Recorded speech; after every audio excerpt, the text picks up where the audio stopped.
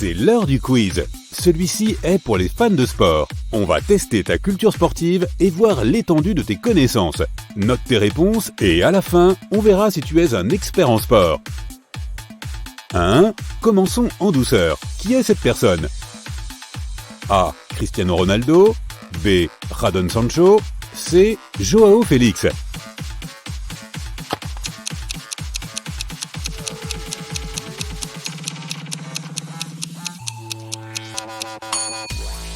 Le temps est écoulé. La bonne réponse est Cristiano Ronaldo. Voici une autre question facile. On est encore à l'échauffement. Qui est cet athlète?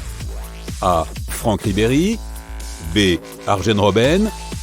C. Kingsley Coman.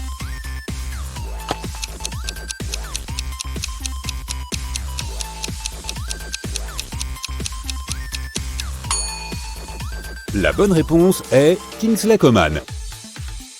Celle-ci est pour les vrais fans de foot. Qui est ce joueur? A. Pelé. B. Dennis Bergkamp. C. Frank de Boer.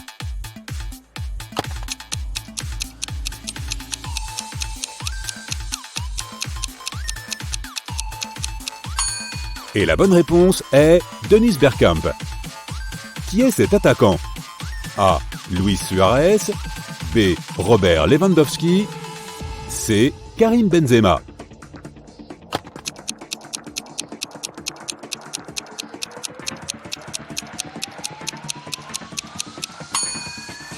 C'est Luis Suarez, tu le savais? Qui est ce boxeur? A. Mike Tyson. B. Floyd Mayweather. C. Mohamed Ali.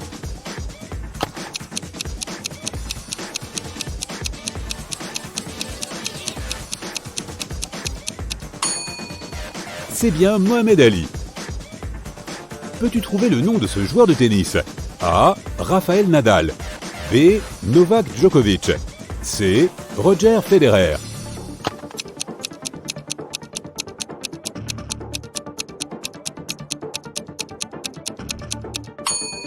C'est le seul et unique Novak Djokovic. Qui est ce pilote de Formule 1? A. Daniel Ricciardo. B. Max Verstappen. C. Lewis Hamilton.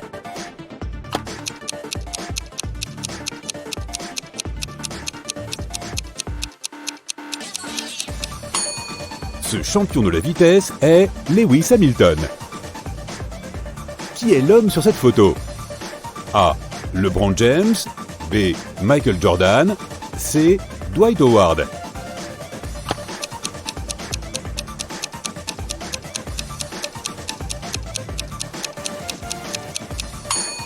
Oui, c'est bien le seul et unique Michael Jordan. Peux-tu deviner qui c'est? A. Tom Brady. B. Aaron Rodgers. C. Rob Gronkowski.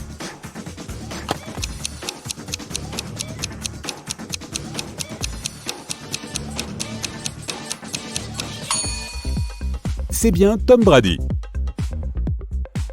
Tu entends ça? C'est le test de rapidité, des devinettes rapides pour les fans de football. 3, 2, 1, c'est parti! A. Messi. B. Angel Di Maria. A. Dani Alves. B. Marcelo. A. Erling Haaland. B. Kylian Mbappé. A. Mohamed Salah. B. Sadio Mané.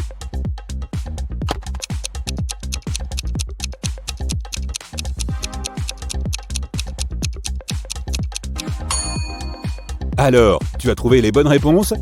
Messi, Dani Alves, Kylian Mbappé, Mohamed Salah. Sais-tu qui est cette joueuse de football? A. Becky Sauerbrunn. B. Megan Rapinoe. C. Mallory Pugh.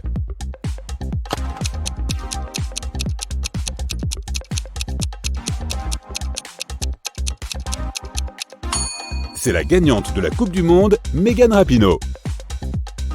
Qui est ce joueur de basket? A. Kevin Durant. B. Stephen Curry. C. James Harden.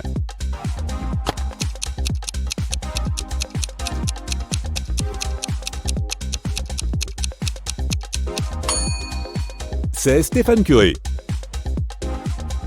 Qui est ce gardien de but? A. Marc-André Ter Stegen. B. Thibaut Courtois, C. David De Gea.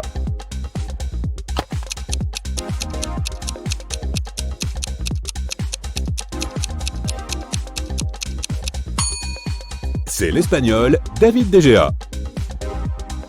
Qui est ce médaillé d'or olympique? A. Michael Phelps, B. Isabelle Werth, C. Jason Kenney.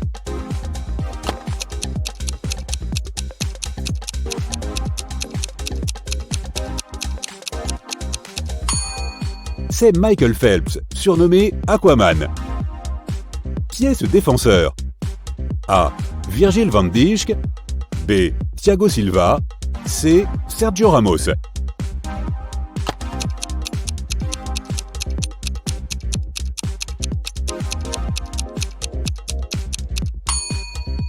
C'est la légende brésilienne Thiago Silva. De quel Sergio s'agit-il? A. Sergio Busquets, B. Sergio Romero, C. Sergio Agüero.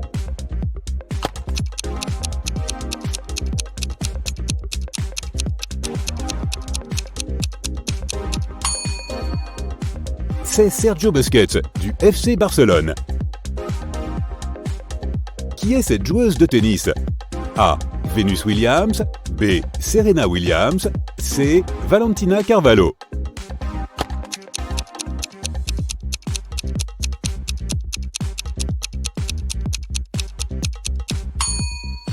C'est Venus Williams. Qui est ce golfeur? A. Rory McIlroy, B. Phil Mickelson, C. Tiger Woods.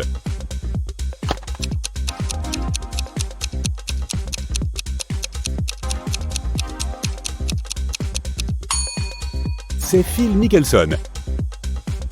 Qui est ce basketteur? A. Shaquille O'Neal, B. Yao Ming, C. Shawn Bradley.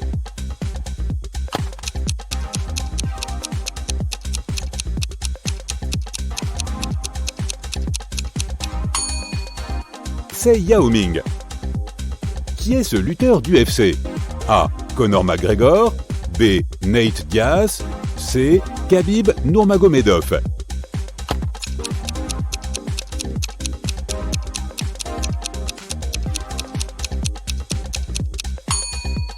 C'est l'inénarrable Khabib Nurmagomedov. Il est temps de tester tes connaissances sur les clubs. Qui n'a jamais joué pour Liverpool? A. Javier Mascherano, B. Mario Balotelli, C. Eden Hazard.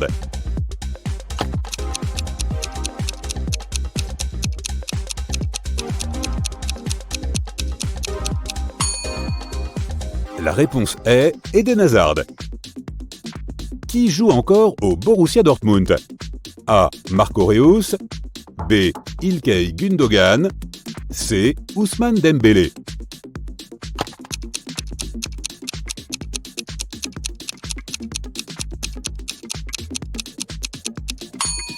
C'est le fidèle Marco Reus. Qui est une légende du Real Madrid? A. Raúl González, B. Cristiano Ronaldo, C. Iker Casillas.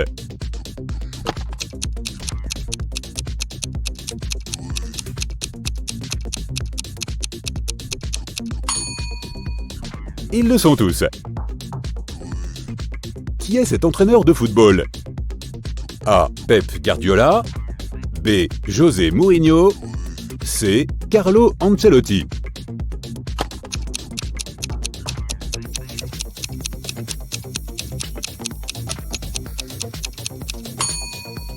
La réponse est Pep Guardiola. Qui est ce champion olympique de snowboard? A. Max Parrot, B. Su Yiming, C. Mark McMorris.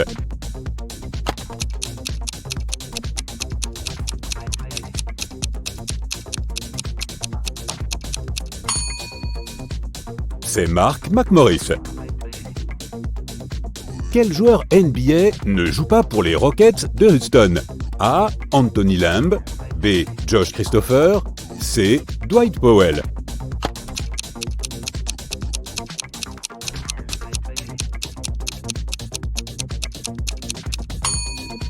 La réponse est Dwight Powell. Il joue dans le même état du Texas, mais dans une ville différente avec les Dallas Mavericks. Qui est cette star de la WNBA? A. Breanna Stewart, B. Jewel Lord, C. Candace Parker.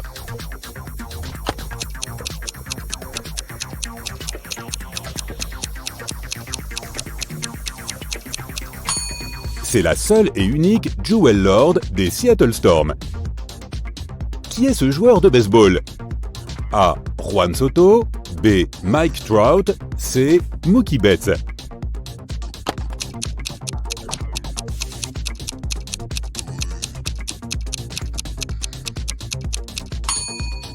C'est le puissant Mike Trout des Los Angeles Angels. Qui ne joue pas pour les LA Lakers?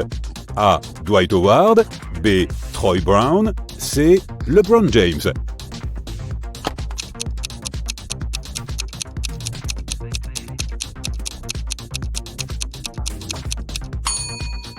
Troy Brown. Il joue pour les Bulls de Chicago. Celle-ci est pour les fans de rugby. Qui est cet homme sur la photo?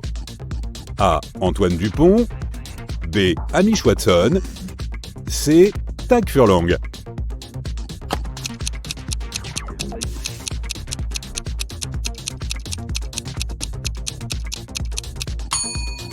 C'est Amish Watson.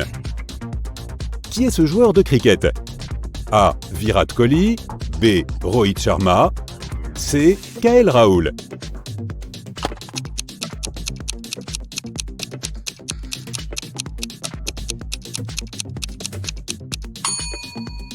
C'est Virat Kohli. Peux-tu trouver le nom de ce joueur de football allemand? A. Serge Gnabry, B. Manuel Neuer, C. Leroy Sané.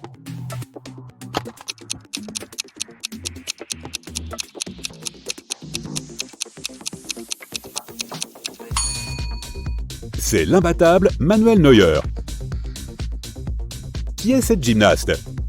A. Simone Biles, B. Makela Marouni, C. Kerry Strug.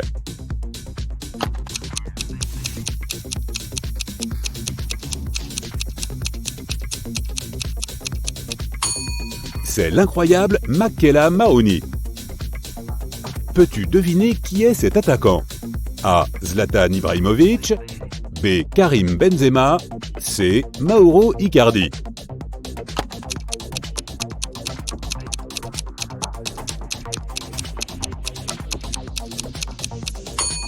C'est le charmant Zlatan. Personne ne peut battre Zlatan sauf Zlatan. Qui est ce médaillé olympique? A. Beat Feuz, B. Johan Claret, C. Matthias Mayer.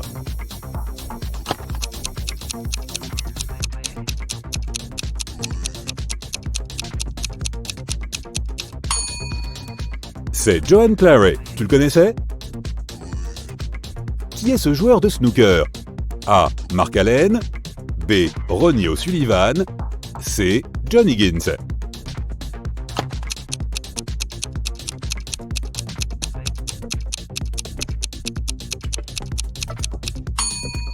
C'est le très précis Ronnie O'Sullivan. Qui est le footballeur le plus riche ici? A. Cristiano Ronaldo, B. Lionel Messi, C. Faik Bolkia.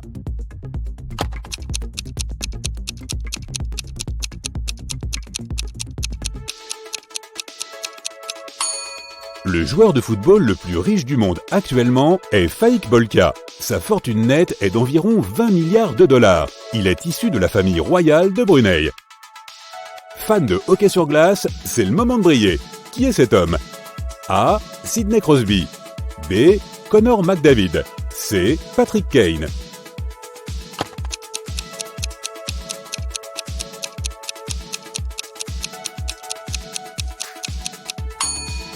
Ce sprinter des glaces est Sidney Crosby. Qui est cette légende du skateboard? A. Tony Hawk, B. Rodney Mullen, C. Tony Alva.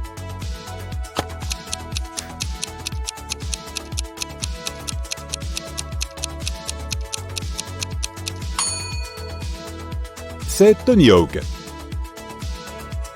Qui est ce joueur de football brésilien? A. Ronaldinho. B. Ronaldo. C. Rivaldo.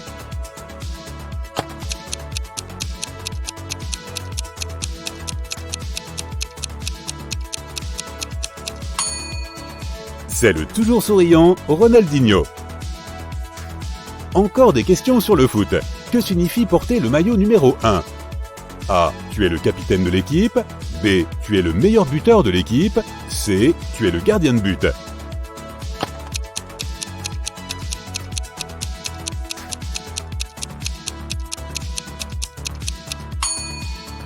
La réponse est « Tu es le gardien de but ». Qui est ce joueur portant le maillot iconique numéro 7 ? A. David Beckham. B. Raúl González. C. Cristiano Ronaldo.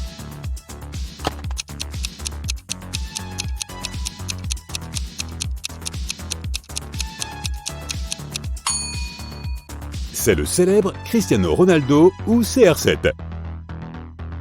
Que représente le maillot numéro 10 ? A. Milieu de terrain. B. Meneur de jeu. C. Attaquant.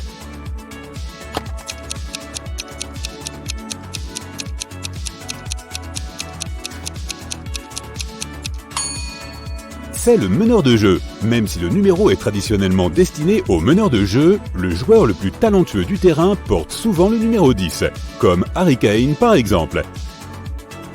Qui est ce footballeur sud-coréen ? A. Lee Kang-in. B. Hang Hee-chan. C. Son Heung-min.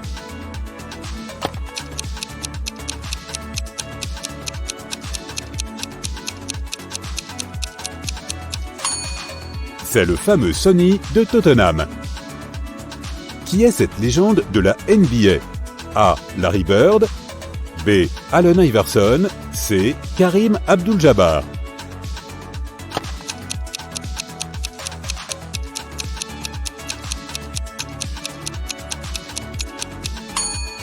C'est le GOAT Karim Abdul-Jabbar. Quel ancien joueur de la NBA a décidé de se mettre au golf ? A. Charles Barkley. B. Michael Jordan. C. Dirk Nowitzki.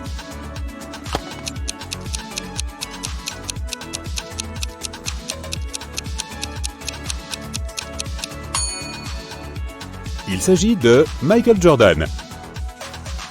Quel joueur de la NBA a joué dans un film d'Hollywood ?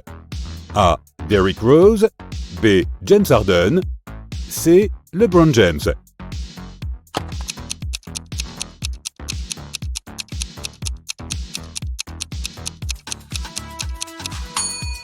La réponse est LeBron James. Il a joué avec des personnages de dessins animés. Quel ancien catcheur a fait carrière à Hollywood ? A. The Undertaker. B. The Rock. C. Rey Mysterio.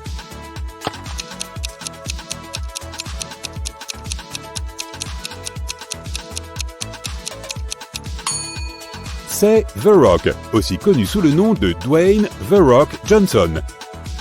Quel joueur de la NBA est originaire d'Espagne ? A. Pau Gasol Sáez.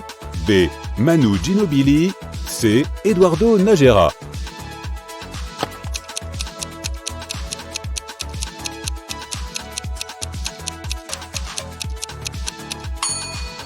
La réponse est Pau Gasol Sáez. Pour quel club de la Major League Soccer ce joueur a-t-il signé ? A. LA Galaxy. B. New York City FC. C. Real Salt Lake City.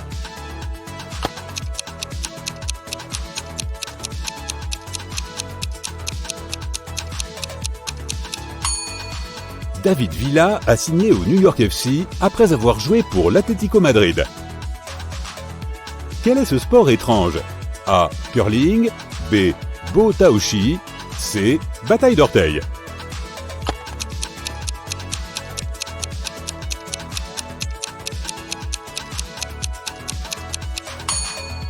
Ce sport étrange s'appelle le curling, et c'est même une discipline olympique.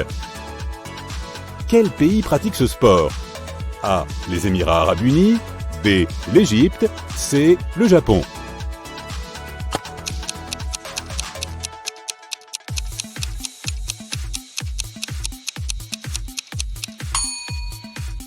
Aux Émirats Arabes Unis, La fauconnerie est un sport ancien qui remonte à près de 2000 ans.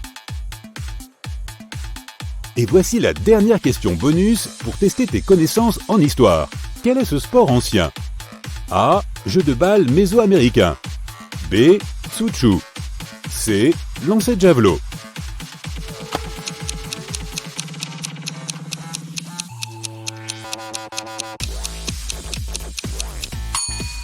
Ce sport ancien est le jeu de balle méso-américain, qui n'a pas de nom officiel.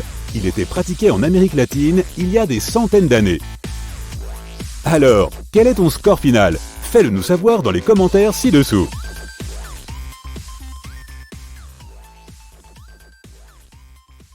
Regarder un match de foot est déjà assez exaltant en soi. Mais ce qu'il est encore plus, c'est d'assister à un match où les choses se passent bizarrement. Lors d'un match entre l'Autriche et le Danemark, un trou mystérieux a surgi de nulle part sur la pelouse et a retardé le match. Les joueurs étaient furieux, mais aussi déconcertés par cet étrange trou. C'est un joueur danois qui a attiré l'attention de tout le monde lorsque sa jambe s'est retrouvée coincée. Le trou était suffisamment profond pour engloutir sa cheville. Heureusement, il l'a trouvé avant le coup d'envoi. Si ça avait été pendant le match, il aurait pu se blesser gravement et compromettre sa carrière. Il a simplement montré à tout le monde à quel point le trou était profond. Ensuite, le match a été retardé de 90 minutes supplémentaires en raison d'une panne d'électricité. Les supporters ne savaient plus quoi penser. Certains étaient frustrés que l'équipe qu'ils étaient venus soutenir ne puisse pas jouer, tandis que d'autres trouvaient toute la situation amusante. Lors d'un match entre la Colombie et le Brésil à la Coupe du Monde 2014 au Brésil, un criquet géant a décidé de se poser sur le bras de James Rodriguez juste après qu'il ait marqué un penalty. Le joueur ne l'a pas remarqué tout de suite. Le criquet devait être un fan de foot et voulait sans doute féliciter le joueur à sa manière. Ce n'est d'ailleurs pas le premier animal à être apparu au beau milieu d'un match de foot. Un autre incident s'est produit au Brésil alors que deux clubs locaux s'affrontaient.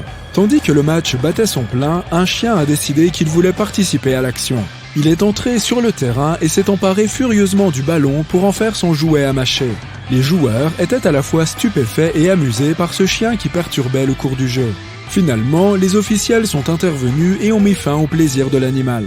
En 2006, lors d'un match de Ligue des Champions entre Villarreal et Arsenal, un petit écureuil gris a traversé le terrain en zigzagant près de l'attaquant. C'était aussi probablement un grand fan de foot. Tu as déjà entendu parler d'un groupe de renards envahissant un terrain? À Dance Park, une bande de renards a décidé de creuser des trous autour du terrain, probablement à la recherche de lapins.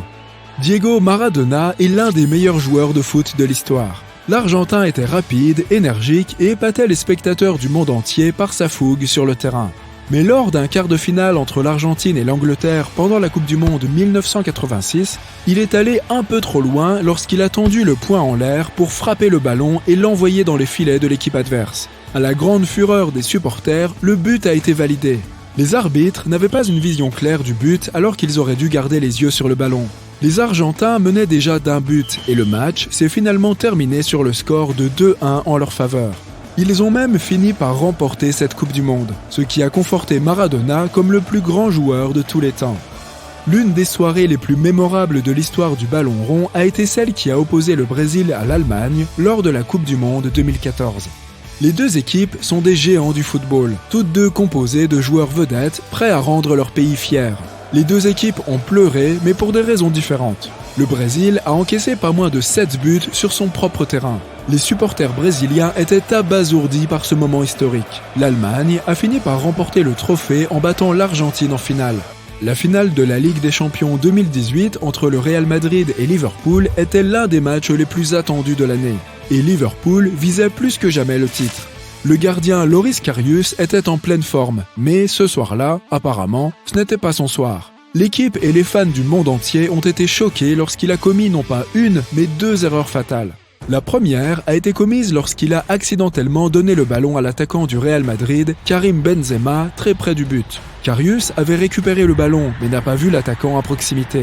Il a mal calculé sa passe et a concédé un but gratuit. La deuxième erreur est survenue lorsque Gareth Bale a décoché une frappe enroulée que Karius aurait pu facilement capter.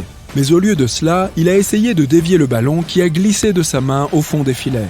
Madrid a fini par remporter le trophée et la carrière de Karius n'était plus la même. Heureusement, Liverpool a fini par remporter la Ligue des Champions quelques années plus tard contre Tottenham. Un autre fiasco s'est produit lors d'un match de qualification pour la Coupe du Monde 2014 que peu de gens ont vu.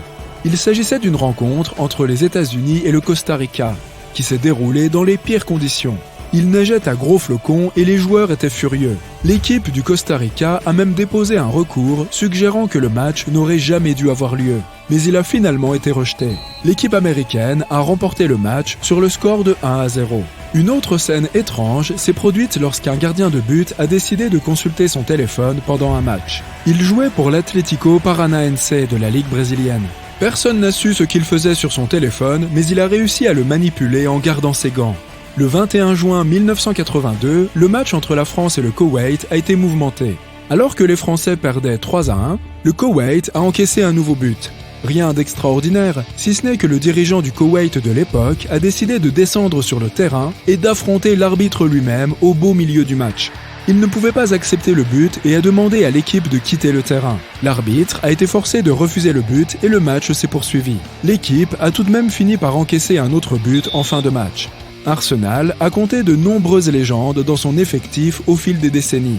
Mais le but de Niklas Bendtner, marqué en 1,8 secondes, n'a pas son pareil. Ce but est considéré comme le plus rapide jamais marqué par un remplaçant en Première Ligue.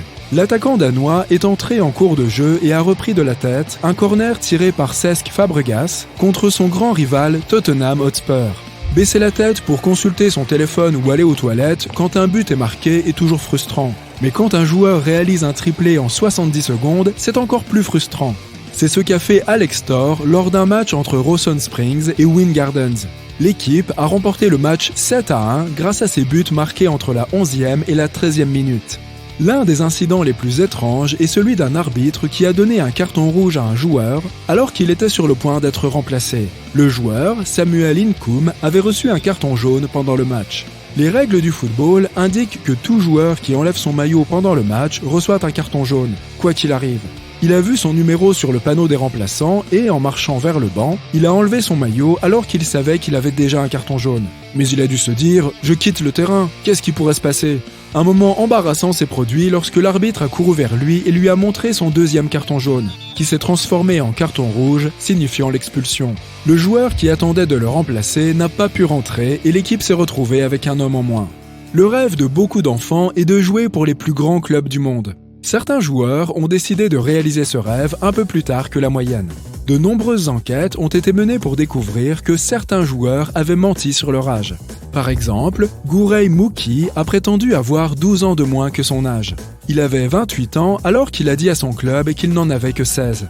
Un penalty est toujours éprouvant pour le gardien et pour le tireur.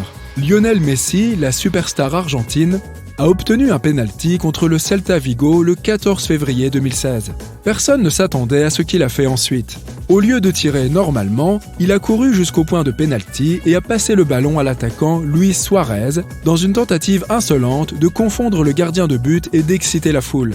Ce n'était pas le geste le plus impressionnant de Messi, considéré comme l'un des meilleurs joueurs de l'histoire du sport. Mais ce penalty restera tout de même dans les annales pendant longtemps. Le football, que les Américains appellent soccer, est le sport le plus populaire au monde. C'est le sport national dans de nombreux pays et il est particulièrement important au Brésil et en Argentine. Les règles du jeu sont plutôt figées, mais il arrive qu'elles soient modifiées au fil des ans. Et certaines de ces règles sont tout simplement bizarres ou inattendues. Par exemple, une règle bien connue est qu'un joueur peut recevoir un carton jaune ou un carton rouge pour avoir commis une faute, ou tout ce que l'arbitre considère comme condamnable. Mais savais-tu que les entraîneurs peuvent aussi recevoir les fameux cartons ? Certains entraîneurs sont d'ailleurs connus pour leur excès sur le banc de touche. Les arbitres sont autorisés à leur donner un carton jaune ou même rouge s'ils dépassent les bornes. Ils manqueront généralement le match suivant et seront confinés dans les gradins, tandis que l'entraîneur adjoint prendra le relais. Il est même possible d'obtenir un carton rouge avant même qu'un match ne commence. Si un joueur décide d'agir avant le coup d'envoi, l'arbitre peut lui donner un carton rouge et l'équipe sera obligée de jouer tout le match avec seulement 10 joueurs. L'entraîneur doit soumettre la liste des 11 titulaires lorsque le match commence. Et si l'un d'eux reçoit un carton rouge, il ne peut pas être remplacé. Les joueurs ont donc intérêt à bien se comporter. Toutefois, un match est annulé si une équipe se retrouve avec 7 joueurs. Et cette équipe perd automatiquement par forfait. Cela peut se produire si plusieurs joueurs ont commis des fautes et ont reçu un carton rouge ou s'il y a eu des blessures. Il ne peut pas y avoir plus de 4 cartons rouges pendant un match, sinon le match devra être arrêté. Maintenant, que se passe-t-il si le gardien de but se blesse ? Dans ce cas, il faut faire entrer le gardien remplaçant. Et si ce dernier reçoit un carton rouge ou se blesse aussi ? Il n'y a pas d'autre gardien dans l'équipe. Donc, un des joueurs de champ devra prendre la place du gardien. Il devra porter des gants et faire appel à ses réflexes et aptitudes au plongeon pour garder son équipe au niveau.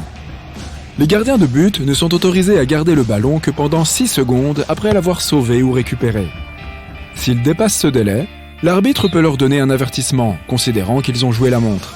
Le gardien est le seul joueur autorisé à tenir le ballon avec les mains, mais uniquement dans sa surface de réparation. S'il touche ou attrape le ballon à l'extérieur, il peut recevoir un carton jaune ou être expulsé en fonction de la situation de jeu.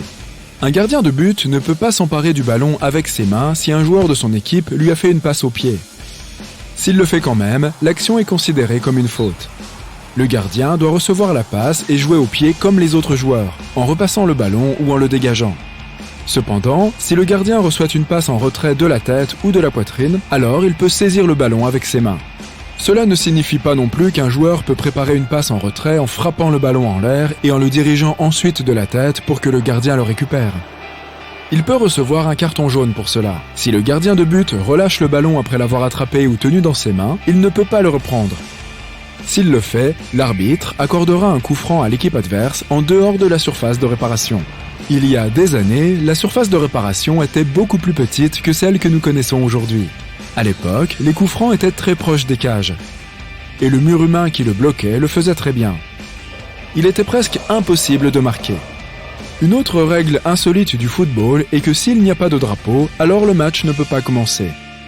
L'une des seules fois où cela s'est produit, c'était lors de la Coupe du Monde 1974, au cours d'un match entre l'Allemagne et les Pays-Bas. Les officiels avaient oublié de mettre les drapeaux et l'arbitre a donc dû retarder le coup d'envoi. Le staff a fini par ajouter les drapeaux et le match a pu commencer. Ce n'est que depuis récemment que les équipes peuvent remplacer 5 joueurs pendant un match.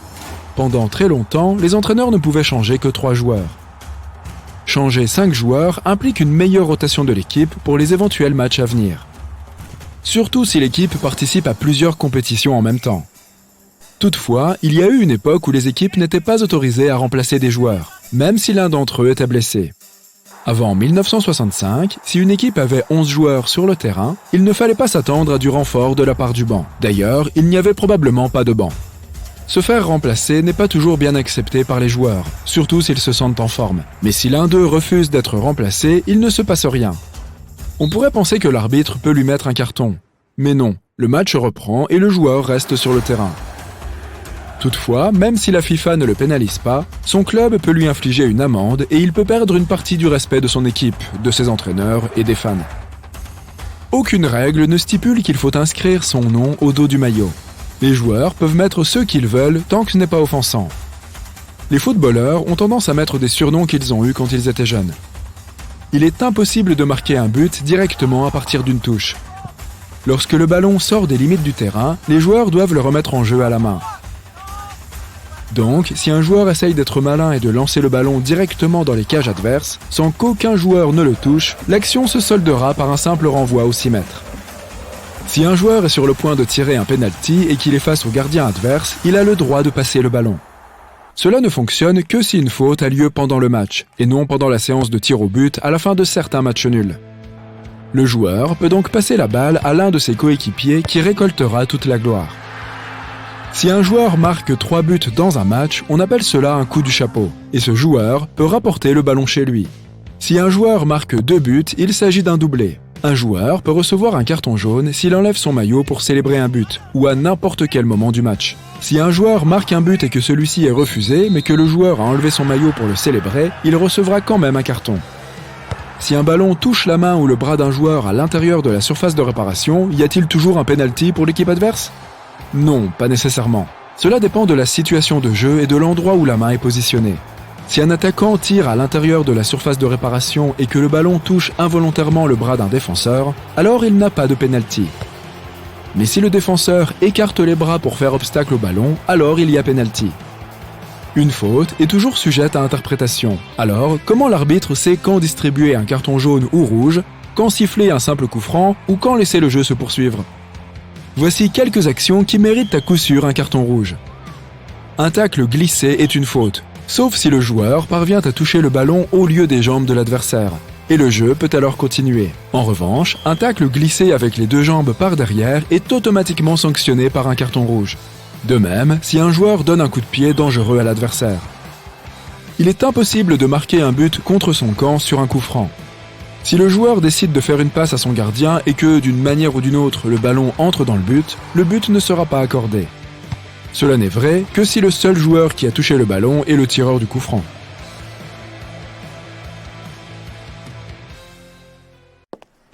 Si tu veux appeler un ami américain en espérant qu'il ne te réponde pas, essaie de le faire le soir du Super Bowl. Plus de 100 millions de personnes assistent à la finale du sport préféré des Américains, qui est le programme télévisé le plus regardé de l'année. Bien qu'on y joue avec les mains, le football américain est appelé ainsi car il s'est développé à partir de deux sports, le rugby et le football, connus sous le nom de soccer en Amérique du Nord. De plus, avant certains changements majeurs dans les règles, on utilisait les mains et les pieds pour jouer. Un match de championnat de la NFL de 1958 a été le premier et jusqu'à présent le seul à se terminer en prolongation. Ce soir-là, les Colts de Baltimore jouaient contre les Giants de New York. Le stade était plein avec 68 000 spectateurs et des centaines de milliers de personnes le regardaient sur NBC. À un moment donné, la foule est devenue tellement déchaînée que le câble de NBC responsable de la diffusion s'est débranché. Le match était sur le point de se terminer, alors ils ont dû faire quelque chose immédiatement. Plus tôt, cette année-là, le New York Times avait demandé aux producteurs s'ils avaient un plan B pour un tel scénario. Il a répondu en riant qu'il devrait probablement envoyer quelqu'un sur le terrain pour regarder le match. Et c'est exactement ce qu'ils ont fait. Ils ont envoyé leur directeur commercial courir sur le terrain après un temps mort. Des agents l'ont poursuivi pendant un moment, et tout le monde a pensé que c'était juste un striker. C'est ainsi que NBC a sauvé l'émission en ne manquant que la première séquence de jeu après le temps mort. Il est difficile d'imaginer un match de football sans huddle. Il s'agit de ces moments où les joueurs se rassemblent tous en cercle serré pour discuter de la stratégie, se motiver les uns les autres ou célébrer un touchdown. Mais ces huddles ne sont devenus populaires que dans les années 1890, grâce à Paul Hubbard, un quarterback malentendant de Gallaudet. Il ne voulait pas que ses autres coéquipiers lisent ses signaux manuels, alors il a rassemblé ses coéquipiers en un cercle fermé pour protéger leurs secrets. Le match de 1982 entre les Cardinals de Stanford et les Golden Bears de Californie est entré dans l'histoire à cause d'une séquence appelée The Play qui s'est déroulée dans les toutes dernières secondes. L'équipe de Stanford menait 20-19 et il ne restait que 4 secondes. On pourrait penser que ce n'est rien, mais ce temps a suffi aux Golden Bears pour renverser la situation. Ils ont fait 5 passes en arrière et boum! Touchdown final. Et ils ont gagné 25-20. Contrairement aux ballons professionnels, les ballons utilisés lors des matchs universitaires ont des bandes blanches peintes à l'une des extrémités pour faciliter le repérage du ballon lors des matchs de nuit. Wilson, une célèbre entreprise d'équipements sportifs, est le fournisseur exclusif des ballons pour les matchs de la NFL depuis 1941. Ils produisent aujourd'hui 4000 ballons par jour. Le premier match de football américain de l'histoire a été joué entre les collèges de Rutgers et de Princeton. Il était populaire parmi les étudiants, mais est rapidement devenu un sport assez rude. À un moment donné, il a même été interdit de jouer dans les espaces publics.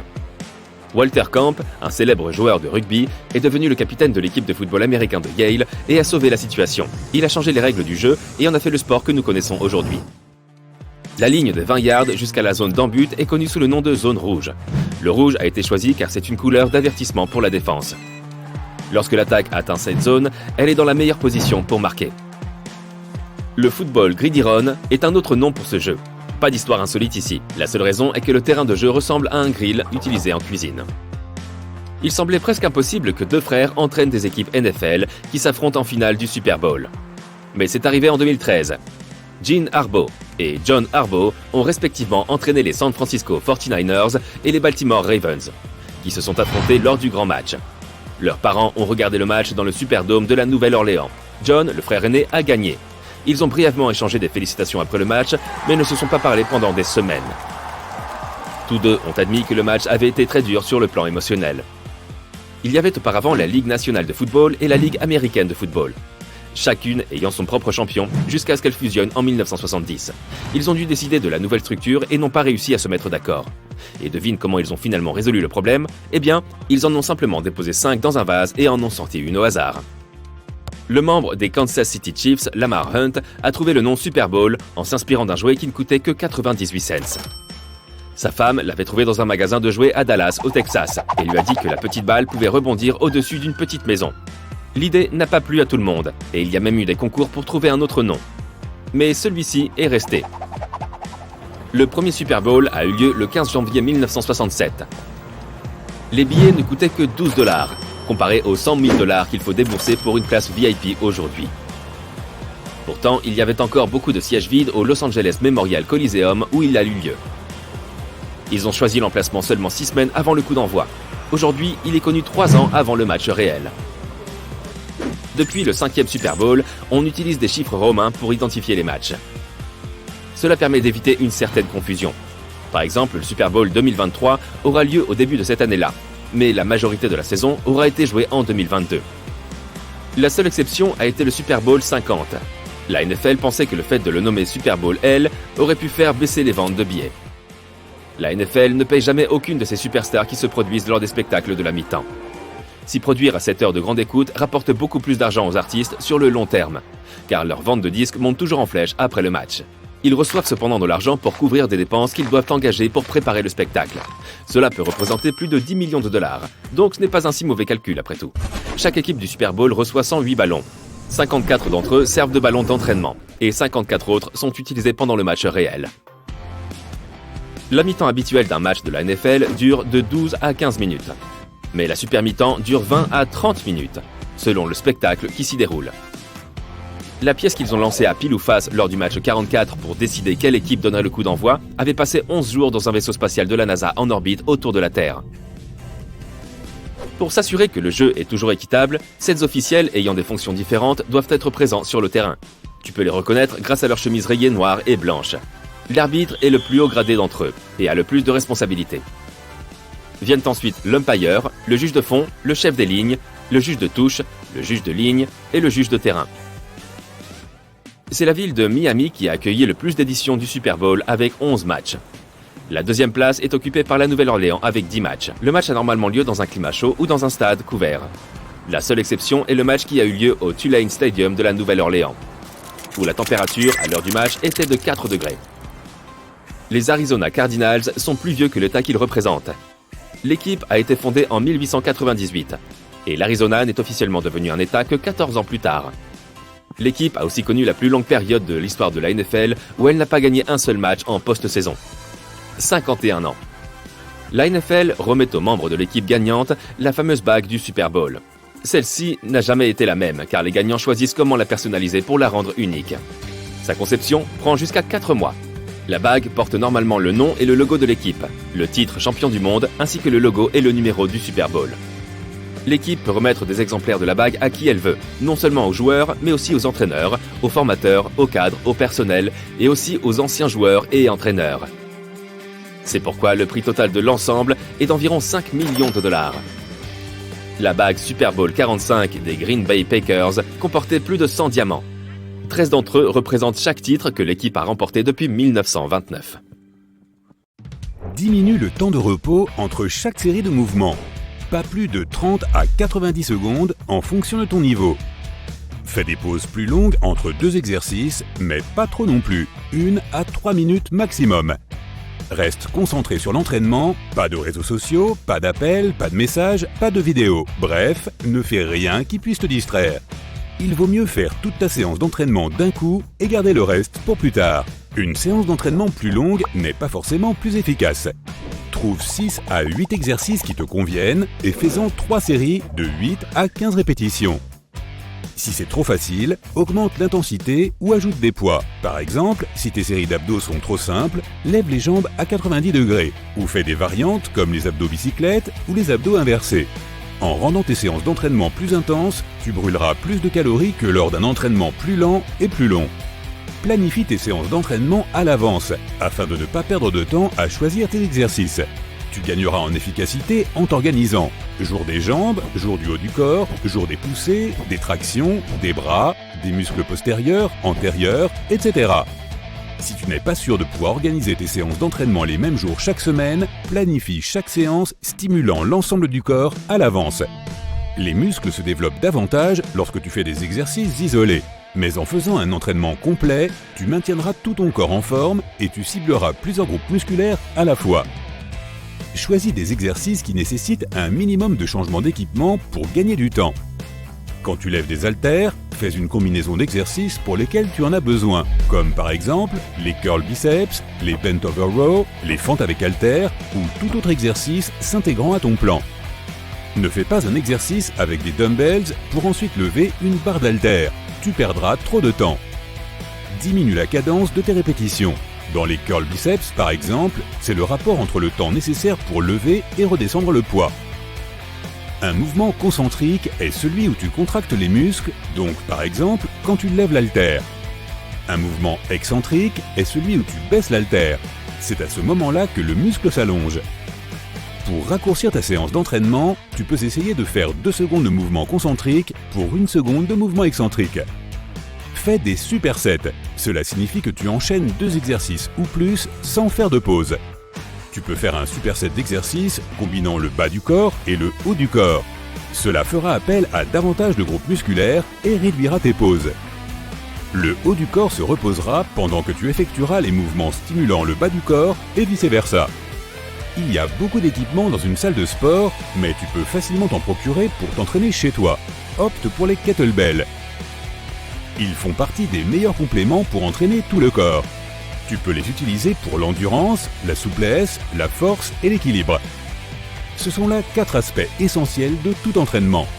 Les exercices avec les kettlebells améliorent la stabilité, la force du tronc et la coordination. Ils augmentent l'amplitude de mouvement et t'aideront à te muscler. Les haltères sont idéaux pour de nombreux exercices, mais tu seras limité par les techniques. La forme des kettlebells offre une gamme plus dynamique de stimulation, mais les haltères sont plus équilibrés. Les barres sont parfaites pour les principaux groupes musculaires du haut du corps. Elles t'aideront à faire des exercices renforçant les biceps, le dos et les abdos, tout en t'offrant une meilleure prise. Tu peux faire des levées de genoux suspendus, des chin-ups et des tractions. Les barres d'haltères font gagner du temps. Le développé couché, le squat, le levé au-dessus de la tête ou le soulevé de terre sont des exercices faisant appel à plusieurs groupes musculaires. Au lieu de passer d'une machine à l'autre, tu obtiendras un entraînement complet juste en faisant des levées de base. C'est aussi très bon pour la croissance musculaire et cela permet de faire des économies.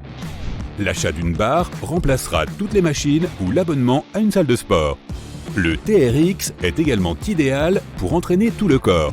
Il se sert de la gravité et du poids de ton corps comme résistance pour améliorer ta coordination, ta souplesse, ton équilibre, pour développer ta force et renforcer le tronc et les articulations. Comme tu n'utiliseras qu'un seul outil d'entraînement, tu pourras l'adapter à ton niveau et passer d'un exercice à l'autre en quelques secondes. Le TRX est un entraînement à faible impact. Ce n'est pas le meilleur choix si tu veux prendre de la masse musculaire en peu de temps. Les machines sont aussi intéressantes, mais elles sont surtout disponibles dans les salles de sport. Garde à l'esprit que chaque machine ne sera jamais efficace pour un entraînement complet du corps. Elles sont destinées à isoler les muscles. Quand tu effectues un entraînement difficile, ton système nerveux est fortement sollicité et ton corps a besoin de plus de temps pour récupérer. Si tu réduis le poids, le système nerveux pourra récupérer plus rapidement. Tu seras donc plus efficace et termineras la séance plus vite. Privilégie les mouvements composés. Pour ce faire, choisis des exercices qui ciblent plusieurs groupes musculaires en même temps. Faire des squats avec une barre au-dessus de la tête stimuleront non seulement tes jambes et tes fessiers, mais aussi ton tronc et tes bras. Des fentes combinées à des biceps curls feront travailler tes jambes, tes biceps et tes abdos qui maintiendront ton dos droit et amélioreront ta posture. Avec 2 levées conséquents, tous les autres exercices ne seront que des bons compléments pour atteindre ton objectif. Par exemple, le jour des jambes, tes 2 principaux exercices peuvent être des squats et des levées d'haltères. Essaie de mélanger les 3 principaux plans de mouvement ou de les utiliser de manière isolée. Le plan frontal concerne les mouvements latéraux, comme les jumping jacks. Le plan sagittal, comme les demi-burpees, concerne les mouvements d'avant en arrière. Et le dernier, le plan transversal, concerne les mouvements de torsion, comme les fentes tournantes. Si tu veux faire un entraînement court mais efficace, fais une liste combinant autant de plans différents que possible. Ajoute par exemple des fentes, du kettlebell ou des machines à ta journée de jambes. Si je te surprends à penser « bah, je le ferai demain », essaye ceci. Lève-toi et fais 1 minute de course sur place, de jumping jacks ou tout autre exercice qui réchauffera ton corps. Il y a de fortes chances que tu en fasses 14 minutes de plus une fois que tu seras loin du canapé. Ne mange pas et ne bois pas trop juste avant ta séance d'entraînement. Mange 2 heures avant ta séance et essaie de grignoter quelque chose 1 heure après. Ne bois pas trop pendant l'entraînement. Tu auras plus de mal à faire les exercices intenses et tu perdras plus de temps à récupérer de cet inconfort. Hydrate-toi une fois que tu as terminé. Même si tu n'as pas beaucoup de temps, échauffe-toi. 3 à 4 minutes d'échauffement prépareront ton corps à être plus performant tout au long de l'entraînement. Cela augmentera ta température et ta pression sanguine tout en limitant les douleurs musculaires. Il peut s'agir d'un jogging avec les genoux hauts ou de jumping jacks. L'entraînement par intervalle à haute intensité, HIIT, est le moyen le plus courant et le plus efficace d'augmenter ta charge d'exercice tout en réduisant le temps d'entraînement. Il s'agit de te donner à fond pendant de courts intervalles de temps, puis de faire une pause de 10 à 20 secondes. Mais le HIIT n'est pas idéal pour les exercices majeurs comme le lever d'haltères, les squats ou le développé couché. Si tu veux faire un HIIT, fais plus attention au temps qu'aux répétitions. Par exemple, tu peux faire un exercice pendant 30 à 40 secondes, puis prendre 10 à 20 secondes de repos, et ainsi de suite. Le HIIT fait travailler le corps et brûle des calories. Essaie et choisis l'entraînement qui te convient. Par exemple, tu peux essayer ceci: jumping jacks, squat, burpees, push-up, crunch et planche.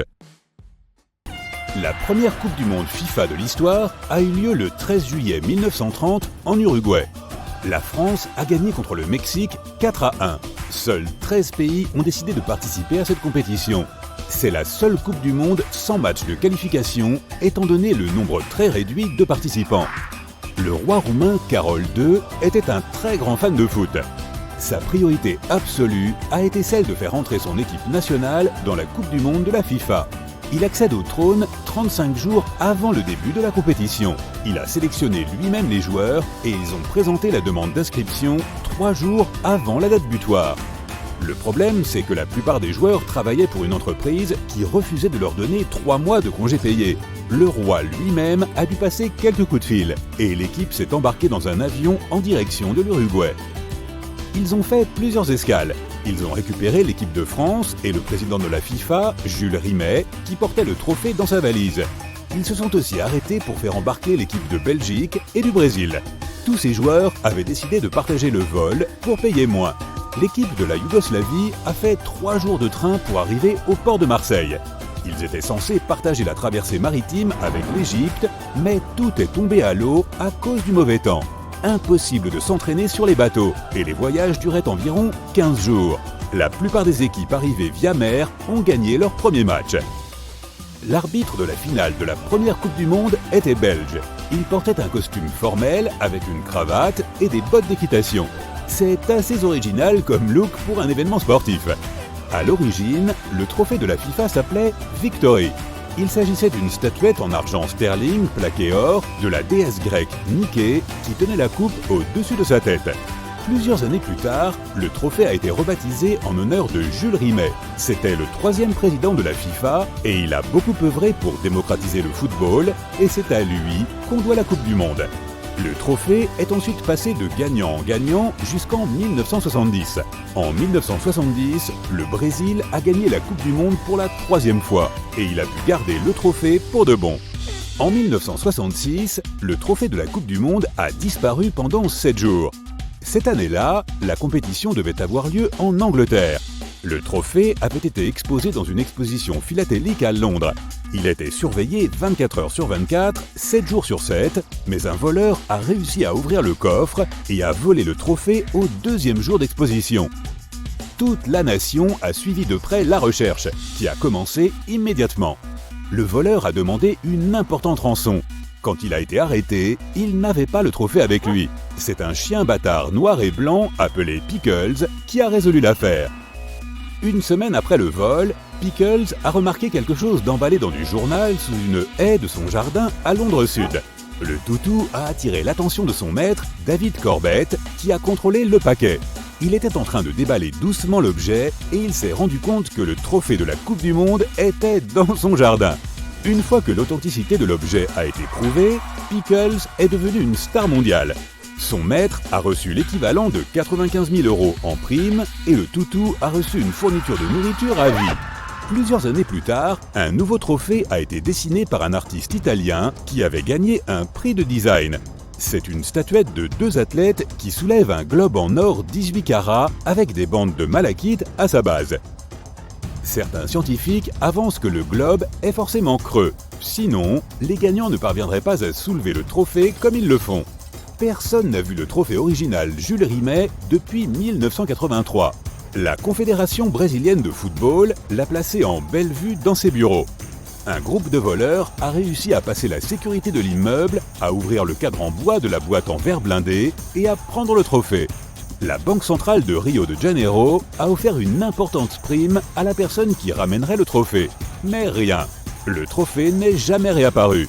Selon une rumeur très populaire, le trophée aurait été fondu et transformé en lingots d'or dans une des nombreuses fonderies brésiliennes.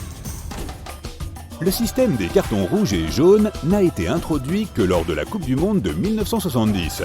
Avant la mise en place de ce système, les arbitres devaient communiquer aux joueurs qu'ils étaient expulsés. Lors d'un match au Chili, l'arbitre Ken Aston voulait expulser un joueur italien qui avait donné un coup de pied à un joueur chilien. L'Italien ne parlait pas anglais et l'arbitre ne parlait pas un mot d'italien. Ce sont donc les autres joueurs et la sécurité du stade qui ont traîné le joueur hors du terrain. Le reste du match a été particulièrement violent. L'arbitre n'avait aucun moyen de signaler simplement aux joueurs qu'ils devaient quitter le terrain. Ken Aston n'a plus arrêté de penser à ce match, même quand il est rentré chez lui. Alors qu'il conduisait, il a observé les feux tricolores et il a décidé d'appliquer le même principe sur les terrains. Cette trouvaille a été immédiatement appréciée, mais elle n'a été ajoutée au règlement officiel que longtemps après. Selon les règles de la FIFA, les joueurs qui participent à la Coupe du Monde peuvent porter des maillots allant du numéro 1 au numéro 23. Les Japonais ne sont pas fans du numéro 4, car il se prononce presque comme le mot « décès » en japonais, et ils considèrent que ça porte malheur. Ils attribuent donc ce maillot de manière aléatoire. Le coup d'envoi de la finale de la Coupe du Monde de 1974 a dû être repoussé de 10 minutes. Les ouvriers du stade de Munich avaient oublié d'installer les drapeaux de corner. Le seul match sans aucun but a eu lieu presque 30 ans après la première Coupe du Monde. L'Angleterre et le Brésil ont fini le match 0-0. C'était le seul match où les Brésiliens n'avaient pas marqué, et ce, grâce à des tactiques défensives très efficaces de leurs adversaires. Le match avec le plus de cartons jaunes et rouges a eu lieu en Allemagne en 2006.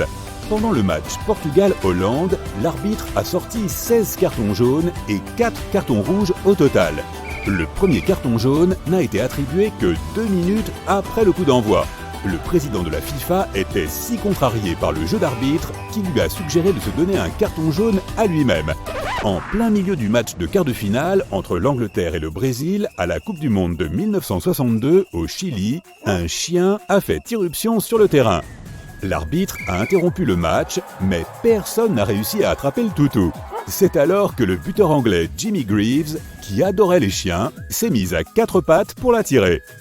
La foule applaudissait et le chien s'est laissé attraper. Il a aussi bien profité de câlins de Greaves. Le joueur brésilien Garrincha a été tellement marqué par l'événement qu'il a décidé d'adopter le toutou. Et Greaves s'est retrouvé avec un nouveau surnom, l'agent de fourrière de Garrincha. Le Qatar accueille la première Coupe du Monde en hiver de l'histoire. Dans tous les autres pays, cet événement se déroulait en été. Elle est partie pour être la compétition FIFA la plus chère de tous les temps. Ce n'est pas surprenant, sachant que tous les stades sont équipés de climatisation et que les gagnants touchent 40 millions d'euros pour la victoire. Selon des statistiques particulièrement intéressantes, ce n'est jamais arrivé qu'une équipe coachée par un entraîneur étranger gagne la coupe. Jusqu'à maintenant, toutes les équipes gagnantes étaient entraînées par des coachs de la même nationalité. Les îles Salomon sont le pays qui s'intéresse le plus au football, du moins en ligne. Et les habitants de cet archipel, situé au nord-est de l'Australie, sont ceux qui font le plus de recherches Google sur la Coupe du Monde. L'entraîneur français Raymond Domenech, qui a entraîné l'équipe de France pour 2 Coupes du Monde, était un grand passionné d'astrologie, et il pensait que les signes astrologiques des joueurs influençaient leur performance. Il ne faisait pas confiance aux scorpions et aux lions. Il pensait qu'il voulait seulement se faire remarquer et il les faisait jouer beaucoup moins que prévu. Le HIIT est un ensemble d'exercices intenses qui durent généralement de 10 à 30 minutes selon les exercices sélectionnés, leur nombre et leur difficulté. Il y a 3 plans de mouvement. Le premier est le plan sagittal, qui divise le corps en 2 parties, droite et gauche, avec des mouvements vers l'avant et vers l'arrière. Le plan frontal divise le corps en moitié avant et arrière, avec des mouvements de côté. Le plan transversal divise le corps en moitié supérieure et inférieure, avec des mouvements de torsion. La règle est simple. Quand tu n'as que peu de temps et que tu veux obtenir des résultats, travaille dans le plus grand nombre de plans possible. Voici 7 exercices, parmi lesquels tu devras en choisir 6 pour suivre une séance d'entraînement multiplan complète. Ce nombre s'explique par le fait que nos capacités cognitives sont limitées quand notre corps subit un stress, et c'est donc le nombre moyen de choses que nous pouvons mémoriser. Commençons par les jumping jacks, niveau facile. Tiens-toi droit, bras le long du corps, pieds écartés à largeur d'épaule. Détends les épaules, mais garde le tronc contracté pour rester droit. Fléchis légèrement les genoux, saute et tends les bras au-dessus de la tête. Quand tu sautes, écarte les jambes, puis reviens à la position de départ. Les jumping jacks sont un excellent exercice d'échauffement avant un entraînement plus intense, tout comme le cardio. Tu peux le faire pendant 3 à 4 minutes avant une séance de HIIT, car c'est vraiment simple. Au fur et à mesure que tu progresses, tu pourras ajouter 30 secondes de plus jusqu'à atteindre 7 à 8 minutes. Tâche de contrôler ta respiration. Expire quand tu sautes et inspire quand tu reviens à la position de départ. Une erreur classique consiste à regarder en haut ou en bas. Regarde devant toi afin que ta colonne vertébrale soit en position neutre et pour ne pas solliciter ton cou. Ne verrouille pas non plus les genoux. Fléchis-les légèrement pendant le saut pour éviter de trop solliciter tes articulations. Passons au saut en squat 180, niveau facile moyen. Mets-toi en position de squat, jambes écartées plus largement que les épaules, abdos contractés, dos plat, hanche en arrière. Saute et tourne à 180 degrés, puis reviens rapidement au point de départ. Cela compte pour une répétition. Ischio-jambier, fessiers, quadriceps, cet exercice stimule différents groupes musculaires. Il existe également des variantes, de simples squats si tu ne veux ou ne peux pas sauter, ou des squat jump sans rotation. L'erreur la plus courante est de retomber sur les talons au lieu des orteils. Il te faudra plus de temps pour décoller le talon et cela aura également des conséquences sur tes genoux et ta colonne vertébrale. Privilégie toujours la forme avant le rythme. Ne mets pas tes genoux trop loin en avant, ils ne doivent pas dépasser tes orteils. Si tu veux rendre l'exercice plus difficile, descends un peu plus bas lorsque tu es en position de départ afin de faire un squat plus profond.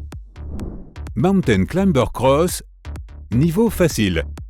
Mets-toi en position de planche, les épaules au-dessus des poignets, ventre rentré. Amène le genou droit vers le coude gauche dans un mouvement de torsion. Commence doucement si tu n'es pas très en forme, mais augmente le rythme au fur et à mesure que tu progresses. L'erreur courante est de trop descendre les hanches. Engage le tronc en contractant les abdos pour que ton dos reste plat. Tu peux faire cet exercice pour t'habituer à cette position jusqu'à ce que tu t'améliores. Après, tu pourras amener ton genou gauche vers le coude gauche, puis le droit vers le coude droit. Demi-burpee, niveau facile moyen. On appelle aussi cela des jump backs. Tiens-toi debout, plie les genoux et pose les mains devant tes pieds. Rejette tes pieds en arrière pour te mettre en position de planche ou recule-les doucement si c'est trop dur de les rejeter. Une fois en planche, reviens en position accroupie, mains sous les épaules et pieds écartés à largeur d'épaule. Puis, saute ou relève-toi pour reprendre ta position initiale. Cela fait une répétition. Ne descends pas trop les hanches en position de planche et garde le dos bien droit. Russian Twist, niveau facile moyen. C'est un excellent moyen de muscler tes épaules et ton tronc. Assieds-toi par terre, jambes pliées. Incline le dos à 45 degrés pour former un V entre tes cuisses et ton torse. Tends les bras en avant et croise les doigts ou joins simplement tes mains. Contracte les abdominaux quand tu fais les torsions.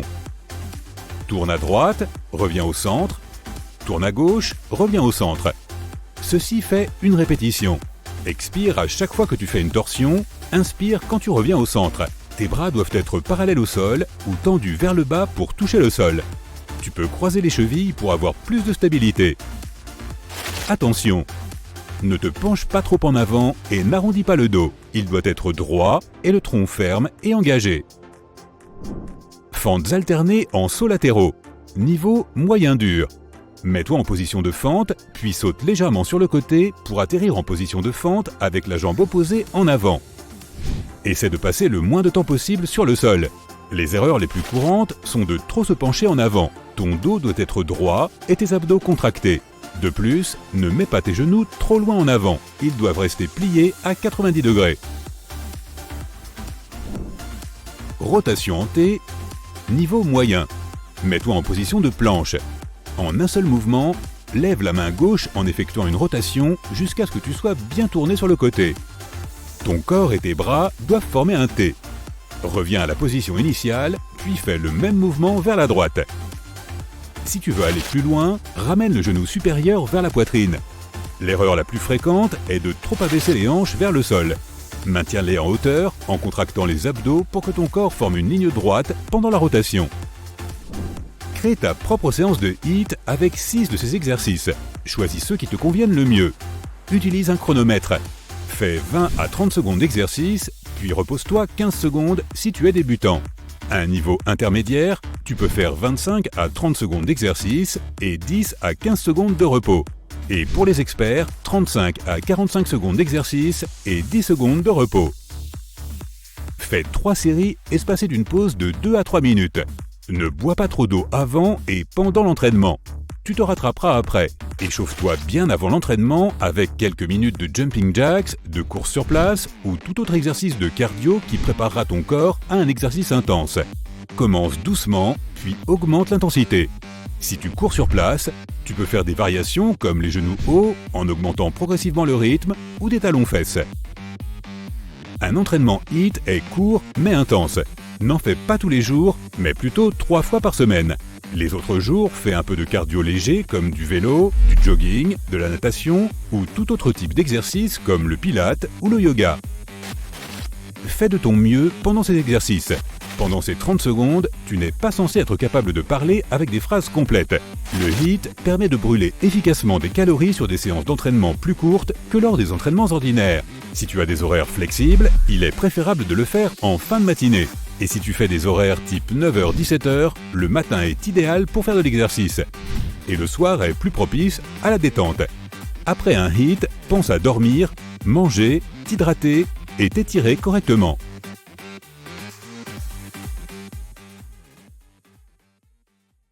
Faire du sport le matin te donnera l'énergie suffisante pour tenir la journée, ou du moins jusqu'à midi. Alors pourquoi ne pas tenter le coup et brûler les graisses en même temps ? Cela ne te prendra que 10 minutes, ok ? Alors c'est parti. Le vélo. Même pas besoin de sortir du lit pour celui-ci. Allonge-toi sur le dos et ramène les genoux à la poitrine. Maintenant, étire une jambe à un angle de 45 degrés au-dessus de ton lit. Puis ramène la jambe tout en contractant l'autre en même temps. Répète jusqu'à ce que cela devienne trop difficile de tenir le rythme. Tu peux aussi augmenter le niveau de difficulté en faisant des abdos vélo. Mets les mains derrière la tête et, alors que tu alternes les jambes, réalise aussi une torsion du buste et amène ton coude vers le genou opposé. Continue jusqu'à ne plus en pouvoir. Une fois que tu as fini, corse un peu l'entraînement avec l'exercice des ciseaux. Lève les deux jambes à un angle de 45 degrés. Mets les bras le long du corps ou sous le bras du dos pour te soutenir et commence à passer une jambe par-dessus l'autre. Commence par faire passer la cheville droite au-dessus de la gauche, puis alterne, tout cela sans faire de pause. Les torsions russes. Toujours sans te lever du lit, assieds-toi avec les genoux pliés, les pieds fermement ancrés dans le lit. Penche le haut du corps vers l'arrière à un angle de 45 degrés et commence à lentement tourner le torse vers la gauche, puis vers la droite. Tu peux accélérer un peu, mais ne fais pas de mouvements brusques car tu pourrais te blesser. Pour une technique plus avancée, maintiens la position et élève légèrement tes pieds du lit. Puis, tourne le haut du corps vers tes pieds et ne touche pas le lit. Les jumping jacks. Bon, il faut bien se lever un jour. Mets-toi debout avec les pieds près l'un de l'autre et les bras le long du corps. Puis dans un mouvement fluide, saute, écarte les jambes à la largeur des épaules et lève les bras au-dessus de la tête en même temps. Sans t'arrêter, saute à nouveau et reviens en position initiale. Continue de sauter de manière explosive et sans faire de pause, jusqu'à ce que tu sentes ton cœur battre rapidement. Les sauts sur le côté.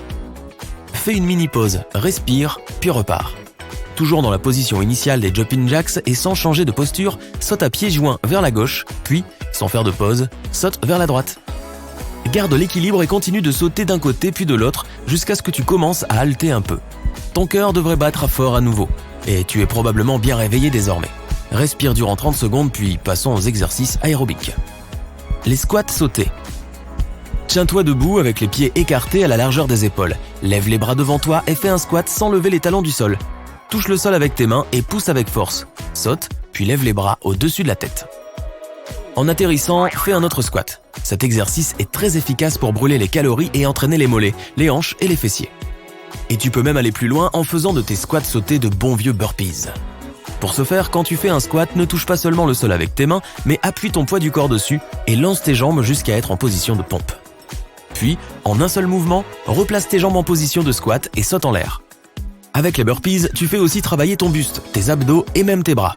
Un exercice plutôt universel. Ensuite, je vais te proposer autre chose et c'est la planche. Rien de plus simple et en même temps de plus difficile que la planche classique. Mets-toi en position de planche avec les mains exactement en dessous de tes épaules, créant une ligne verticale avec tes épaules et le bras du corps aligné avec tes orteils.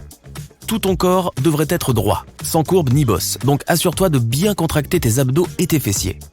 Tiens la position 30 secondes au début. Cela devrait suffire à sentir l'effet escompté. Tu peux aussi le faire plusieurs fois en cours de journée car cela aide à tonifier tes muscles et à te donner suffisamment d'énergie à court terme. Élevons un peu le niveau avec la planche sur les coudes. C'est la même chose, seulement tu t'appuies sur les avant-bras et pas sur tes mains. Cela peut sembler plus facile au début car il y a plus d'appui, mais tu sentiras la tension très rapidement dans les muscles de ta poitrine. Et enfin, terminons les versions de la planche par la planche commando. Au lieu de rester statique, mets-toi en position de planche classique et descends sur les avant-bras, un par un. Puis reviens en position classique de la même manière, un bras d'abord, puis l'autre. Cet exercice est mieux que les pompes car il ne fatigue pas autant et tu ne traumatises pas les muscles. Et pourtant, tu sens bien que le corps travaille. Mais si tu n'es toujours pas satisfait de ton entraînement avec les exercices de la planche, tu peux faire la planche sautée. C'est une sorte de version allongée des jumping jacks. Mets-toi en position de planche classique ou sur les coudes, puis en sautant, écarte les pieds sur les côtés. Puis, sans faire de pause, reviens en position de départ au gré d'un saut. Continue jusqu'à ressentir de la fatigue. Allez, tu as fait suffisamment d'exercices de tonification, passons aux étirements. Le pont. Un exercice plutôt classique qui isole tes fessiers et tes ischio-jambiers. Commençons par la version facile. Allonge-toi au sol, pas sur le lit, sauf si tu dors sur un rocher plat. Les jambes pliées au niveau des genoux et les pieds fermement ancrés. Les bras le long du corps. Tu peux aussi mettre tes paumes sous le bas du dos pour mieux te soutenir. Maintenant, élève les hanches du sol jusqu'à ce qu'elles forment une ligne droite avec tes épaules. Reste dans cette position durant 3 secondes puis reviens. Répète jusqu'à ce que la tension soit bien présente mais toujours agréable. Une version plus hardcore du pont étirera ton corps entier. Allonge-toi au sol avec les genoux pliés, mets tes paumes de main à côté de ta tête, les doigts orientés vers tes pieds.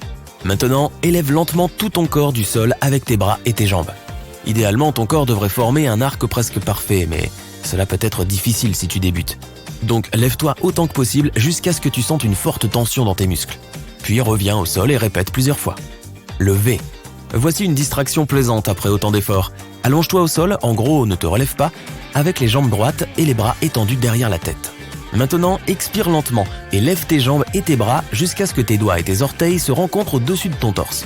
Assure-toi que tes abdos soient bien contractés, mais pas tes lombaires.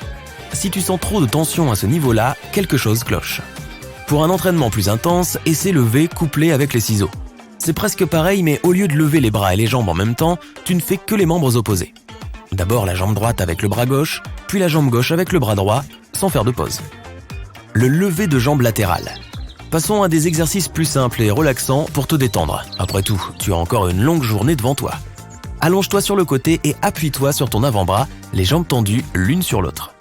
Maintenant, lève la jambe du haut jusqu'à ce que tu sentes des tensions à l'intérieur de la cuisse et maintiens-la aussi haut que possible durant 1 seconde. Puis baisse-la et répète. Après 10 ou 15 répétitions, passe de l'autre côté et fais la même chose avec l'autre jambe. Superman. Allez, c'est le dernier. Allonge-toi sur le ventre avec tes bras et tes jambes tendues en ligne droite. Maintenant, lève les jambes et les bras en te tenant en équilibre sur le ventre. Tu devrais sentir tout ton corps se contracter et n'oublie pas de lever la tête et de regarder droit devant. Ainsi ton cou sera aussi sollicité.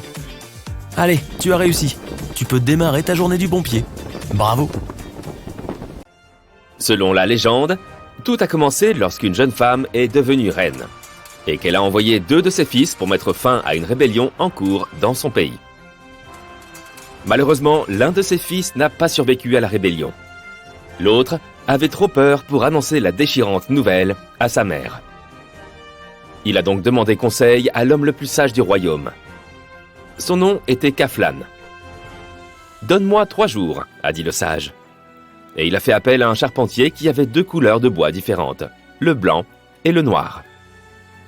Il a demandé au charpentier de fabriquer une planche avec ces morceaux de bois et a dessiné 64 cases dessus.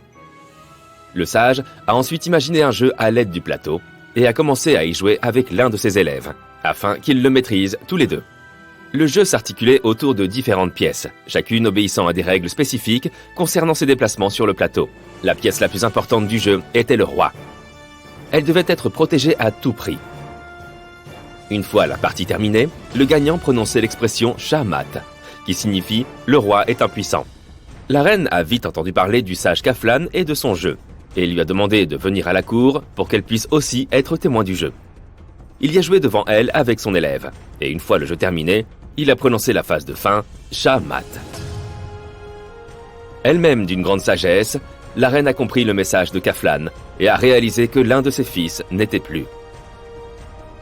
On ne saura jamais si cette histoire de reine sage était vraie ou non, mais c'est l'une des nombreuses légendes qui prétendent expliquer l'invention des échecs. L'une des premières formes connues du jeu s'appelle Chaturanga et remonte au VIe siècle de notre ère. Elle trouve ses origines dans le nord de l'Inde, sous l'empire Gupta. Le nom Chaturanga signifie les 4 divisions, c'est-à-dire l'infanterie, la cavalerie, l'éléphanterie et les chars. Ce sont les 4 types de pièces qui étaient utilisées pour jouer.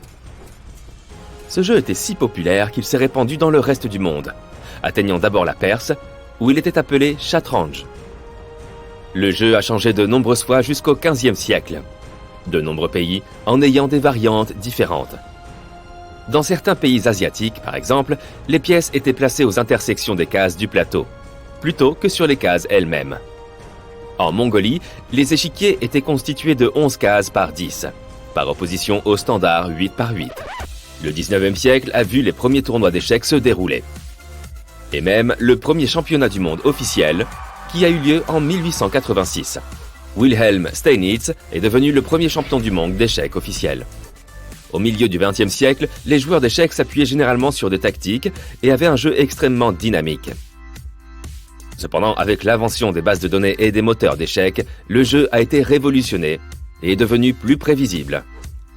Jouer aux échecs est devenu accessible via des sites web, et on estime qu'environ 600 millions de personnes savent jouer aux échecs dans le monde de nos jours.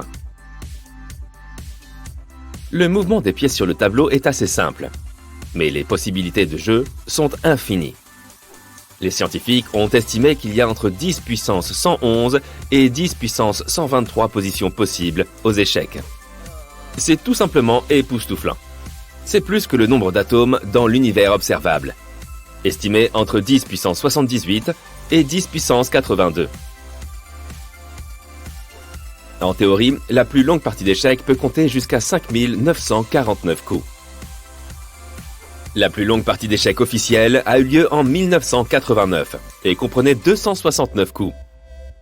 Il a fallu plus de 20 heures aux joueurs pour la terminer et elle s'est soldée par un match nul.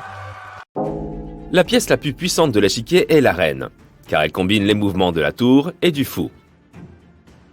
Au départ, cette pièce s'appelait le conseiller et n'était pas très flexible quant à sa gamme de mouvements. Cependant, elle a commencé à être appelée reine au cours de la période médiévale en Europe. Certains historiens affirment que cette pièce a pu devenir la plus dangereuse du plateau au XVe siècle, en raison de nombreux exemples de femmes souveraines puissantes à cette époque. Ce jeu est tellement ancré dans la culture populaire que le 2e livre imprimé en langue anglaise de l'histoire portait sur les échecs. Il s'appelait simplement The Game of Chess et a été publié par William Caxton dans les années 1470. L'échiquier pliant est un moyen pratique de ranger correctement les pièces entre les parties. Mais il a été inventé dans un but complètement différent. Pendant certaines périodes de l'histoire, les échecs étaient interdits pour de nombreuses raisons différentes. En 1254, par exemple, le roi Louis IX de France a interdit les échecs car il les considérait comme un jeu inutile et ennuyeux. Les gens ont dû trouver des moyens de continuer à jouer, si bien qu'ils ont inventé l'échiquier pliable. Une fois fermé, l'échiquier pouvait facilement être placé debout sur une étagère et être confondu avec un livre. On est peut-être tombé sur diverses pièces d'échecs anciennes ici et là, Mais les plus anciens jeux d'échecs complets ont été trouvés sur l'île de Lewis, au nord de l'Écosse. Ils datent du XIIe siècle.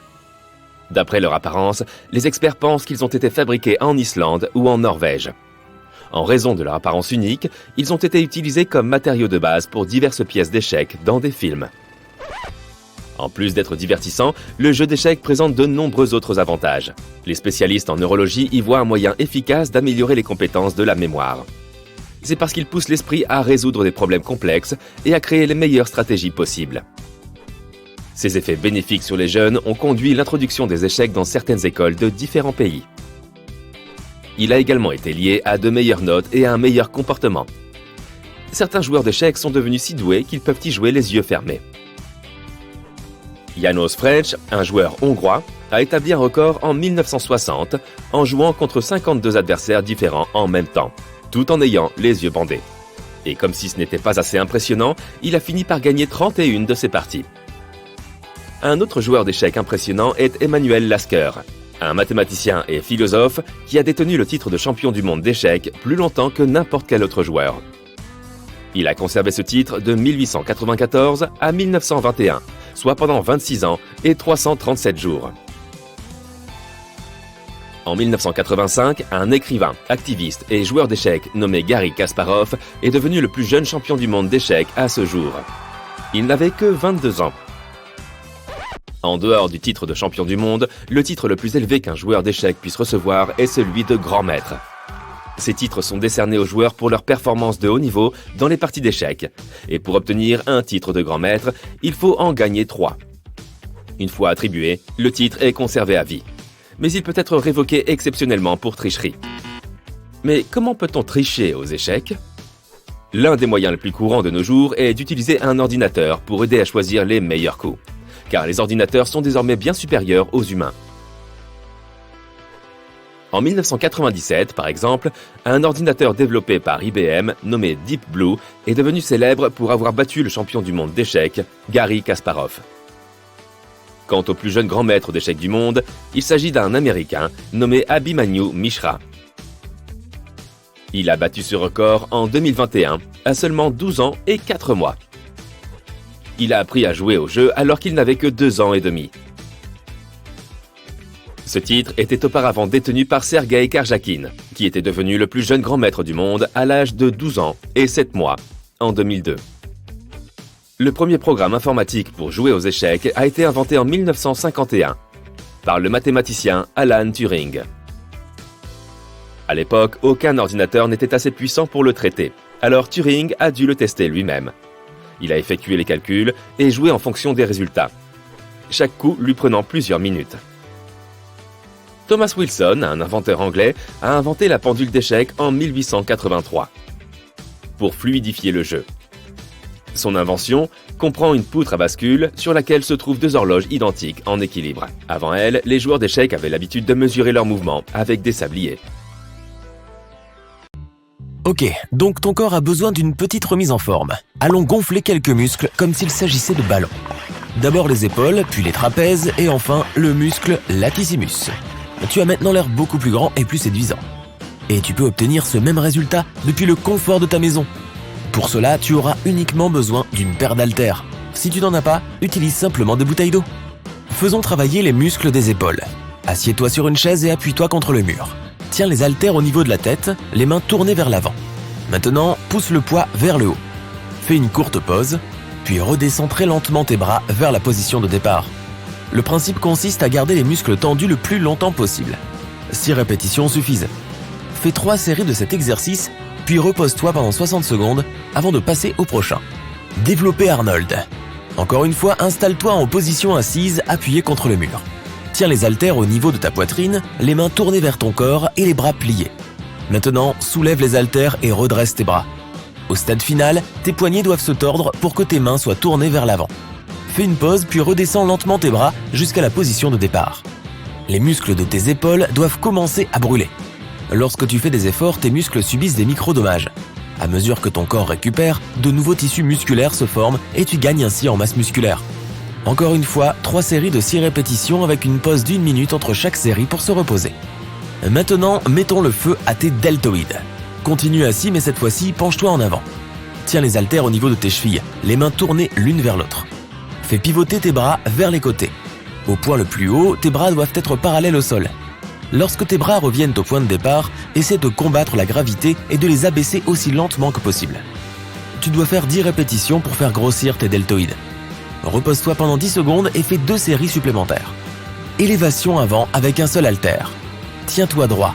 Prends un haltère et tiens-le avec tes 2 mains près de ta taille. Maintenant, lève tes bras avec l'haltère vers l'avant jusqu'au niveau de ta tête. Ramène lentement tes bras à la position de départ. Les muscles de tes épaules sont particulièrement tendus lorsque tu baisses tes bras. Essaie donc de faire durer ce moment. Fais 3 séries de 10 répétitions chacune. Pompe archée. Mets-toi en position pour faire des pompes. Tes bras doivent être bien écartés. Déplace ton poids vers ta main droite et abaisse ton corps vers le sol. Au point le plus bas, tout ton corps doit reposer sur ta main droite. Ton bras gauche doit être tendu sur le côté. Reviens ensuite au point de départ. Répète l'exercice mais en abaissant ton corps sur le bras gauche, le bras droit doit rester tendu sur le côté. Pour plus d'efficacité, combine les exercices 2 par 2. Fais la presse Arnold et l'élévation avant avec un seul haltère sans faire de pause, puis repose-toi pendant 1 minute. Passe ensuite à des exercices pour un autre groupe de muscles. Maintenant, travaillons les trapèzes. Adopte la posture du chien tête en bas. Plie les bras et abaisse ton corps vers l'avant. Fais attention à ta tête, ne touche pas le sol. Lorsque tu as atteint le point le plus bas, pousse lentement ton corps vers l'arrière. Effectue autant de répétitions que possible et fais une pause d'1 minute. Ensuite, fais 2 séries supplémentaires et passe à l'exercice suivant. Élévation latérale. Tiens-toi droit, les bras légèrement pliés sur les côtés en tenant des haltères, les pieds écartés à la largeur des épaules. Lève maintenant les bras en diagonale vers l'avant. Arrête-toi lorsque les haltères sont à la hauteur de ta tête. Les mains doivent être tournées l'une vers l'autre. En position haute, tes bras doivent être ouverts comme la lettre Y. Ensuite, ramène lentement tes mains à la position de départ. 3 séries de 10 répétitions devraient suffire. N'oublie pas de faire une pause entre chaque série. Allonge-toi sur le ventre, plie les bras et tiens les haltères près de ta tête avec les mains vers le bas. Lève les haltères légèrement au-dessus du sol. Pousse lentement les haltères vers l'avant et redresse tes bras. Plie ensuite les bras et reviens avec les haltères. Essaie de reculer tes coudes le plus loin possible et de contracter les muscles du dos. Fais 8 à 15 répétitions. S'il te reste de la force, fais une nouvelle série. Shrug avec haltères. Tiens-toi droit, maintiens les haltères au niveau de la taille, les mains orientées l'une vers l'autre. Essaie de lever tes épaules aussi haut que possible. Puis abaisse tes épaules jusqu'à la position de départ. Tu peux faire des mouvements circulaires avec tes épaules pour être plus efficace. Il est important de garder le dos droit et ne laisse pas tes bras se balancer avec les haltères. Fais autant de répétitions que possible. Tes épaules et tes trapèzes vont vraiment être brûlants. Repose-toi ensuite pendant 1 minute et fais une autre série. Snatch avec haltère. Tiens-toi droit, les pieds écartés à la largeur des épaules. L'haltère doit être posé sur le sol, parallèlement à toi. Descends et attrape-le avec une main. Ton poids doit être sur tes hanches. Pousse maintenant sur tes pieds et commence à te lever avec le poids. En même temps, lève ton bras et plie-le près de ta poitrine. La paume de ta main tournée vers toi. Puis, pousse à nouveau avec tes jambes et lève le bras vers le haut et redresse-le au-dessus de ta tête avec la main vers l'avant. Ce n'est qu'au début que tes jambes doivent être droites. Reviens à la position de départ. Baisse ton bras avec le poids vers ta poitrine et plie légèrement tes jambes. Descends ensuite le poids vers le sol et accroupis-toi complètement. C'est un exercice formidable pour ton dos, mais tu dois être bien échauffé pour ne pas te blesser. Si tu fais 10 répétitions pour un bras puis 10 pour l'autre, ce sera également un excellent exercice de cardio. Maintenant, nous allons renforcer une nouvelle partie de tes bras. Pullover avec haltère. Allonge-toi sur un banc et attrape un haltère avec tes 2 mains. Place-le bien droit derrière ta tête. Lève tes bras vers le plafond, puis redescends tes bras en serrant ton dos. Plus tu tends ces muscles, mieux c'est. Fais 15 répétitions et fais une pause pour te reposer.